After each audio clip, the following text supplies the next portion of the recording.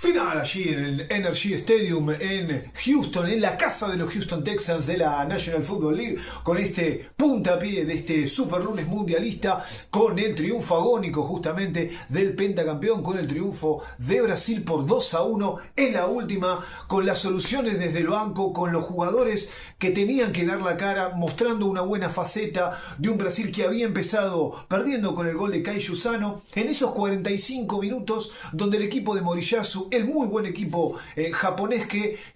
más allá de esta derrota que uno termina diciendo cómo se termina gestando la acción en la que deriva en el segundo gol, en el gol que define este pleito, bueno, hay que hablar a las claras que en esa primera parte de partido justamente lo había planteado de gran forma el elenco asiático, esquemático, aplicado, no cediendo los espacios, siendo inteligente a la hora de explotar la contra. Así fue que pergenió el primer gol, una pelota que entrega mal al medio Danilo, un Casemiro que venía lidiando con una tarjeta amarilla temprana, que obviamente eso lo podía complicar a la hora de un poco a la hora de los retrocesos, y un gran gol justamente de Sano para poner el primer gol y meter un verdadero cimbronazo allí en la calurosa Houston, porque Brasil tenía por delante, cierto que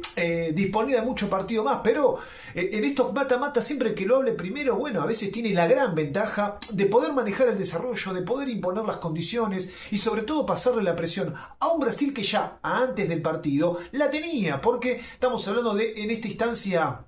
definitoria de 16avos de final, en esta nueva justamente e inédita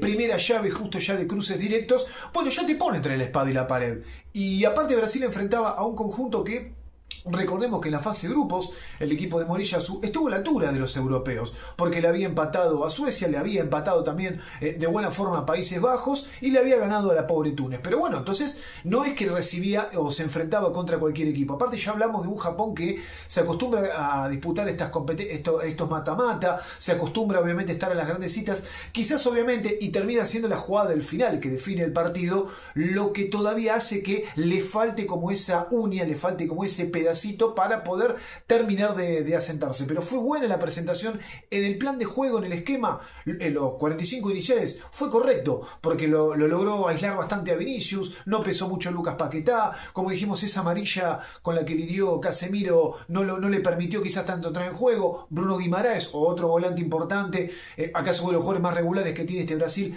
tampoco pudiendo pesar, y esa zozobra de irse al descanso con la desventaja. Y Brasil salió justamente a lo Brasil. Y Ancelotti demuestra por qué es un gran administrador de egos, demuestra por qué tuvo esa gran carrera a nivel clubes, en el Real Madrid, en el Milan, entre otros varios equipos, y por qué sabe, quizás tuvo una excelente lectura, porque lo terminó poniendo a Endrick, que mucho se hablaba, hasta se habían hecho memes de por qué no lo consideraba tanto, lo decidió poner de cara a los segundos 45 minutos, no terminó apostando por Neymar, la inclusión justamente de Gabriel Martinelli, que le dio el triunfo en el final, algunas decisiones y sobre todo un carácter que, más allá de lo que pudiera hacer el entrenador, de ir moviendo las piezas de forma lógica, también se necesitaba que estos jugadores de Brasil den ese paso adelante. Y como los vemos celebrando y festejando de gran forma en lo que uno diría, bueno, una llave de cuartos, una hipotética semifinal, no, ya un mata-mata, ya una eliminación directa, donde, como dijimos, para estos equipos, para los candidatos, irán edificando los que sobre todo no llegaban con tantas luces, no llegaban más allá del propio peso de la historia, del propio peso que significa portar la verde-amarela, la selección que más mundiales ganó en la historia, pero una candidatura que se tenía que ir haciendo poco a poco, lentamente. Termina encontrando el empate con un gran centro de Gabriel Magalhães, justamente casi en posición de extremo izquierdo del muy buen zaguero del Arsenal, y por el fondo apareció Casemiro. Un ratito antes había tenido también el volante del Manchester United una acción increíble que terminaba pegando en la cara de Moriyasu, uno de los jugadores del equipo nipón, que ya en la segunda mitad se lo notó muy a la defensiva, muy a la retranca, sintiendo quizás ese desgaste, lo que hablábamos de en ese formato elástico, en esa cuestión de ser un equipo generoso en el despliegue, buscando, corriendo,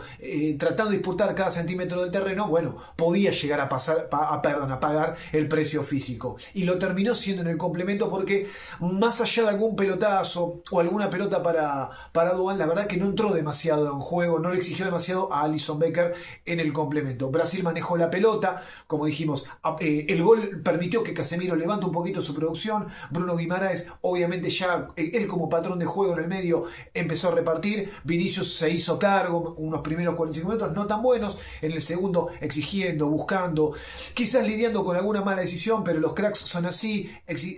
Lo que se le venía pidiendo a este muy buen delantero en su equipo, en el Real Madrid, lo que se le venía exigiendo en la selección, hoy se hizo cargo, buscó, luchó, fue para adelante. Lo que decíamos de Hendrik, que no parecía haber entrado con demasiadas luces, pero termina peleando esa última pelota, el ingreso de Gabriel Martinelli y la sangre fría justamente de Bruno Guimaraes, que lo termina habilitando al delantero del Arsenal, que terminó convirtiendo el gol con la ayuda del palo, superar a Suzuki, al golero, y poner el 2-1 en la agonía. Después hasta el final tuvo que sostener un poquito el resultado, pero un Japón que en el segundo tiempo se quedó mucho, que terminó regando de delanteros un poco en el final del partido, desde un poco más desde la desventaja. Pero bueno, Brasil supera con carácter una llave que uno diría, pero bueno, era Japón, está bien, pero en ese mata-mata que aparentemente todo en pareja, que todos los equipos son cucos, que todos los equipos son de respeto porque accedieron a esta instancia, no era una llave sencilla la que tenía Brasil. Y sobre todo con esa desventaja que tenía el conjunto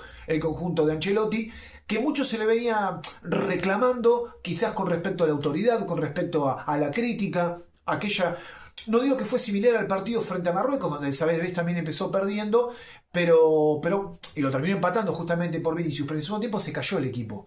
Hoy fue que tuvo esos 45 minutos no tan buenos, en la que no exigió demasiado al arquero. Esos 10 minutos fue que Brasil manejó un poquito la pelota, y en el segundo tiempo Brasil fue Brasil, demostró por qué es el 5 veces campeón del mundo y por qué quizás es una selección que no muchos quieran enfrentar. Más allá de decir, bueno, por el peso específico de sus individualidades, por los apellidos que tiene, por su historia. Bueno, Brasil es Brasil. Una frase también, como dijimos, totalmente hecha, pero que bueno, lo logra sacar adelante el equipo de Ancelotti, avanza a los octavos de final donde aguarda por el ganador de Noruega o de Costa de Marfil. Y las sensaciones para el entrenador italiano que aparte de que tiene como dijimos, las distintas piezas y un colectivo que quizás hoy apareció más en el segundo tiempo, empezamos a notar un conjunto que quizás para distintos formatos de partido, como aquel frente a Marruecos, como en el partido que había sido frente a Haití, como en el partido frente a Escocia, como también en el de hoy, porque fueron casi 4 paquetes de partidos distintos, diferentes. Marruecos, que decíamos, con una cierta dificultad por las individualidades que traía, este partido por lidiar con esa desventaja en un mata-mata, en un cruce eliminatorio, y Brasil la fue superando. Ya está en los octavos de final, que para lo que es su inmensa historia es la nada, sí, pero es ir avanzando, es ir metiéndose en un mundial que, bueno, veremos un poquito. Se empezó a definir las llaves sobre la hora. Ayer lo gozó justamente con el bombazo de Eustaquio, lo gozó Canadá. Hoy lo goza Brasil con Gabriel Martinelli, el delantero del Arsenal, que convirtió su gol más importante por lejos en la selección verde-amarela, que ya se mete, como dijimos, en los octavos de final. Del equipo de Moriyasu, el reconocimiento, el aplauso, el realmente demostrar que está por la senda competitiva. Quizás obviamente queda flotando la sensación que en esa última, en la que vino la jugada del 2-1 de Brasil, un despeje a cualquier lado salvaba el problema, está bien, pero los 95 minutos anteriores que hizo de partido de aplicación táctica, de rigidez, de viveza, ratos de fútbol si se quiere, para tratar de manejarlo de contra y ponerlo contra las cuerdas a Brasil, también es para elogiar. No siempre se enfrenta con rivales de este calibre, ni hablar en su confederación, y hoy lo tuvo a maltraer al elenco brasileño, que debió apostar, como dijimos, a los Casemiro, jugador importante obviamente por historia, a Bruno Guimaraes, que empieza a ser jefe, dueño de este equipo, y un Vinicius que hoy no convirtió, no pudo prolongar su racha goleadora, pero se hizo cargo cuando tenía que hacerse cargo. A los jugadores importantes, cuando vienen los momentos calientes que tienen que agarrar la pelota, encaró y fue para adelante. A veces con errores, a veces con errores, a veces con aciertos, pero siempre yendo para adelante de forma inclaudicable. No terminó ingresando Neymar, ¿acaso toda una señal, acaso todo un mensaje que pudo haber bajado Ancelotti? Que Brasil incluso jugando, es cierto que le podía venir la prórroga, pero un Brasil jugándose el todo por el todo, no apostó por Neymar. Y lo que dijimos, sí la apuesta por Gabriel Martinelli, que terminó convirtiendo el delantero del Arsenal en el gol para el triunfo agónico, y que de esa forma Brasil demuestre que está vivo, que va a pelear y que en su sector, por su rama de...